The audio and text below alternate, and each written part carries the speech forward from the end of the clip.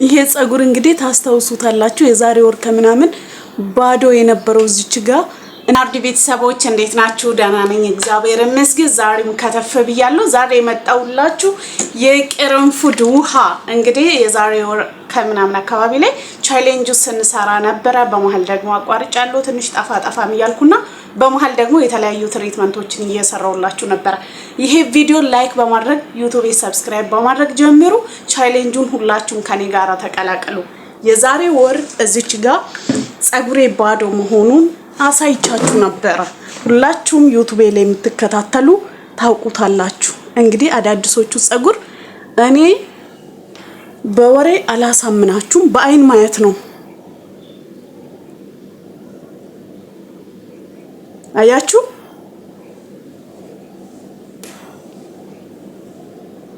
በደንብ አጉልቼ ነው ማሳያችሁ።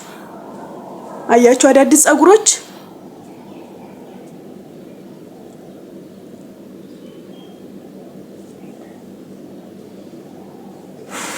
እና ቅርንፉድ በአንደኝነት ደረጃ ጸጉርን ለማስረዘም ከሚረዱ ግብአቶች አንዱ ነው። ማርያም ነው የምላችሁ፣ ልሰክዝ ምናምን አይደለም። ብዙዎቻችሁ ታውቁታላችሁ። ቅርንፉድ ለደም ዝውውር፣ ለጤና፣ ለብዙ ነገሮች ዘርፈ ብዙ የሆነ መድኃኒት ነውና ይሄም ደግሞ ቆዳችን በአንደኝነት ደረጃ የተዘጋጉ ወንፊቶችና የደም ዝውውር በደንብ እንዲሰራ ያደርጋል። ይሄ ማለት ደግሞ የጸጉራችን የእድገት ፍጥነቱን ያፋጠንልናል ማለት ነው። ሌላው ደግሞ እነዚህ ስስ ጸጉሮች ለምሳሌ ስንታጠብ ስናበጥረው ምስንል በቀላሉ እንዳይረግፍ ጥንካሬ ይሰጣል። ቅርንፉድ አወቃችሁ? ቅርንፉድ ስሙ ራሱ አቆርፋጅ ማለት ነውና ቅርንፉድ ደግሞ ተጠቅመን መርሳት የሌለብን ነገር ቢኖር እሱን ከተቀባን በስፕራይ መልኩም ይሁን በተለያዩ በቅባቶች የተሰሩ ይሁን ምንም ይሁን ብቻውን የተሰራ ሲሆን ቀብተን ከጨረስን ማሳጅ ካደረግን በኋላ መርሳት የሌለብን ቅባት መቀባት አለብን። ለምን? እሱ ራሱ ያደርቃልና ማለት ነው። ለምሳሌ በጣም ስስ የሆኑ የማይያዙ የማይታዘዙ ጸጉሮች ለነሱ እንዲያዙ ያደርጋል። በአንደኝነት ደረጃ ግን ቆዳችን ውስጥ ትክክለኛ ጸጉሮች ብዛቱ እንዳይመነምን አዳዲስ ጸጉሮች እንዲበቅሉ ጸጉራችን ልክ እንደ አንድ እቃ ኤክስፓየር ዴት አለው። የሆነ ያህል አመት ያገለግላሉ። እነሱ ይረግፉና አዳዲስ አሁን ብዙ ሰው ጸጉሩ አለቀ ጸጉሩ ያለቀ ምናምን እኮ የሚባለው ጸጉር በተፈጥሮ ሁሉ ጊዜ የሚተካካ ነው። ልክ እንዴት ነው አንድ ተክል ከተተከለበት ቦታ አንስታችሁ ሌላ ደግሞ አዳዲስ እንደምትተክሉት አለ አይደለም? ጸጉሩም አዳዲሶችን ነው ከስር የሚያበቅለው እንጂ ይሄ ወይ ለ4 ለ5 አመት ብዙ ስፔሻሊስት የቆዳ ስፔሻሊስት የሆኑ በጸጉር ዙሪያ ብዙ የሚሰሩ የጤና ባለሙያዎች ራሱ ተከታተሉ። ቢያንስ አንድ ጸጉር ጭንቅላታችን ላይ ለረጅም ጊዜ ቆይቶ አፕዴት የሚያደርገው ከ5 አመት በኋላ ነው ይላሉ። የነሱ እንደተከታተልኩ እንዲሁም ደግሞ እኔ በወንዶች በውበት ሳሎን ሰርቲፊኬት አለኝ። የተማርኩበት ሙያ የስራ ፊልድም ነውና ከዚህ አንፃር አንዳንድ ከሜካፕ ጋር የተያዙ ትምህርቶችንም ተምሬያለሁ። በሴቶች ለዚህ ጋር ለማሳየት ለእናንተ ምናምን ብቻ ብዬ ሳይሆን በወንዶችም ሲሆን ቅባቱ ሜካፑ ምናምን ከዚሁ ጋር የተያያዘ ነውና ቅርንፉድ ተጠቀሙላችሁ ፈልጋለሁ። እኔ ጸጉሬን ወደ ቦታው እየመለሳልኝ ነው። ጸጉር ተፈጥሮ ነው የምትሉ አንዳንድ ሰዎች አላችሁ። ለእናንተ አጥር ያለ ምላሽ መስጠት የምፈልገው አበባ ማደግም መፍካትም ምንድነው አብቦ መውጣትም አው የተፈጥሮ ነው አይደለም? እኛ ከተከልነው ከተንከባከብነው ከዛ ውጪ ግን ተፈጥሮ ነውና አበባ ስለሚፈካ አበባ ስለሚያድግ አበባ ምንድነው ማጌጫ ነገር ስለሆነ ብቻ እኛ ተክለነው ካልተንከባከብነው ይበቅላል። ጸጉርም ልክ እንደዛ እንክብካቤ የሚፈልግ ነው። ተፈጥሮ ብቻ ስለሰጠን ካልያዝነው ዝም ብሎ ይቆያል ማለት አይደለምና ያለው ጸጉር ለማቆየት የኛ ጥበቃ ያስፈልገዋል። የትኛውም ነገር ምን ሰውነታችን እኮ እግዚአብሔር ነው የሰጠን መላው በዲያችን አይደለም? ግን እኛ ካልያዝነው መቆየት የሚገባውን ያህል አይቆይም። ስለዚህ ጸጉራችን ደግሞ ሞር ከየትኛውም ሰውነታችን እንክብካቤ ይፈልጋልና ተፈጥሮ ምናምን ብቻ ብላችሁ እንትን አትበሉ። ሌሎቻችሁ ግን ፀጉር ስታሳድጉ እድገቱ ላይ ፎከስ አታርጉ፣ እንክብካቤው ላይ ፎከስ አድርጉ። እናንተ ግን ነጋ ጠባ ቁመቱን እድገቱን መብቀሉን ብቻ የምታዩ ከሆነ እመኑኝ አትለወጡ። ልክ እንደ ሶሻል ሚዲያ ገንዘቧን ብቻ ፎከስ አድርጉ የከፈቱ ልጆች ደክሟቸው ያቋርጡታል። እንገራችሁ እንደ አንድ መዝናኛ ስትይዙት ግን በራሱ ጊዜ ይመጣል። ልክ እንደዛ ፀጉር በትዕግስት ተስፋ ባለመቁረጥ ነገን በማቀድ አረ ይበቅላል ችግር የለው አረ ያድጋል አረ ወደ ቦታው ይመለሳል በማለት የምትመሩት ነው እላችኋለሁ። ከዚህ በላይ ማብራሪያ አልሰጣችሁም። አሁን ቅርንፉዱን ተቀብቼ በደንብ ማሳጅ አደርገዋለሁ። ከትላንት ወደ ማታ ነው ፈሳሽ ቅባት የተቀባሁት። ኢማራት ያላችሁ እንግዲህ መላው አረብ ሀገራት ላይ ያላችሁ እንግዲህ እግዚአብሔር ይመስገን ከዚህ በኋላ ትንሽ ሙቀቱም እየቀነሰልን ይመጣል። አያችሁ ብዙ ሰው ቁመቱ ምናምን ብቻ ታያላችሁ። እኔ በባለፈው ቪዲዮ ላይ በደንብ አሳይቻለሁና አያችሁ እነዚህ ፀጉሬን አያችሁ የለም ኮፊል ለፊቱ ማለት ነው።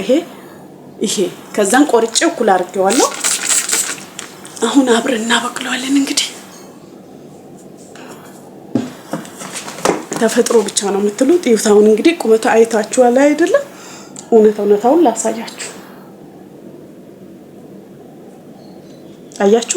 አያችሁ ይሄ እንግዲህ ላብ ሲጨርስብኝ እንዳለ ብትስጥስጥስ ያለውን ቆረጥኩት። ከዛም በኋላ ደግሞ እነዚህ ጠንካራ ሆኖ እንዲያዙ ሙሉ ሆኖ እንዲበቅሉ ራስ ሰበራ ያደረገብኝ ቅርንፉድ በባለፈው ቻሌንጅ ከተጠቀምኩ በኋላ እዩት አሁን ሙልት ብለዋል። ቁመት ብቻ ነው ማደግ የቀረው እዩት። ይሄም ዝጋ ባዶ ነበር ባለፈው አሳይቻችኋለሁ። ፓርት 1 የቅርንፉድ ቻሌንጅ የሚለው ላይ ግቡና እዩት።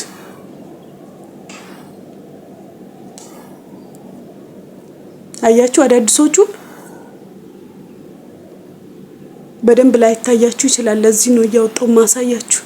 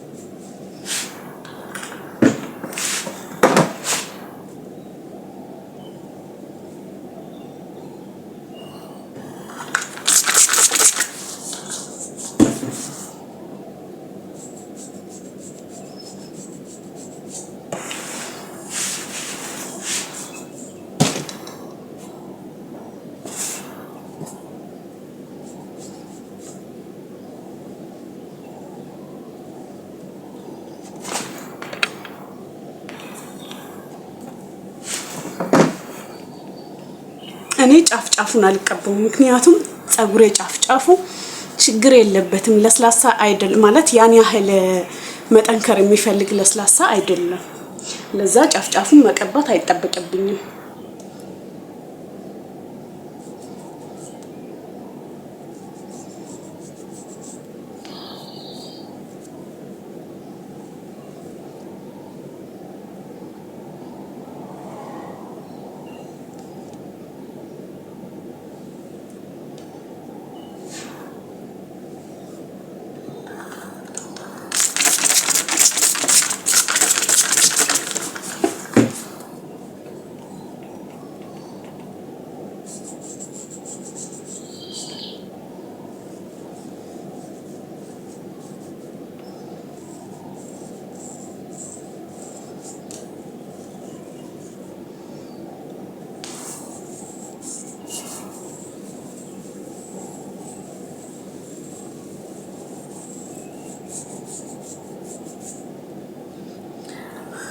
መሳጅ በደንብ ላርገውና ሞሽጬው እንገናኝ እንዳይረዝምባችሁ ቪዲዮ ከመሞሸጤም በፊት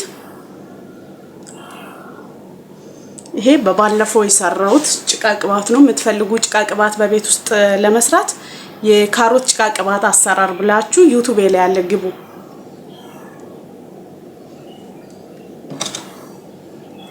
ከሚበላው ቤት ውስጥ ከተገዛ ካሮት የሰራሁት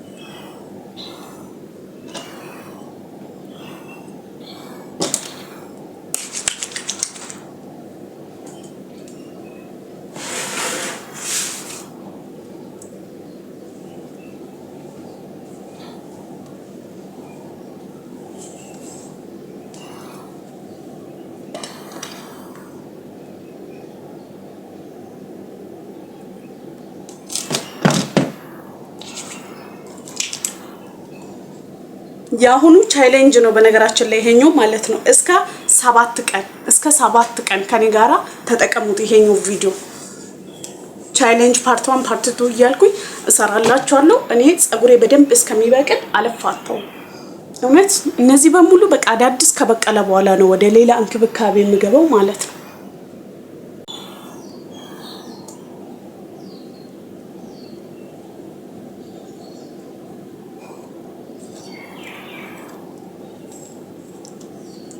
ወደ እስራኤል ገባ ስለሆነ በእንደዚህ አይነት መልኩ አስቀምጠዋለሁ።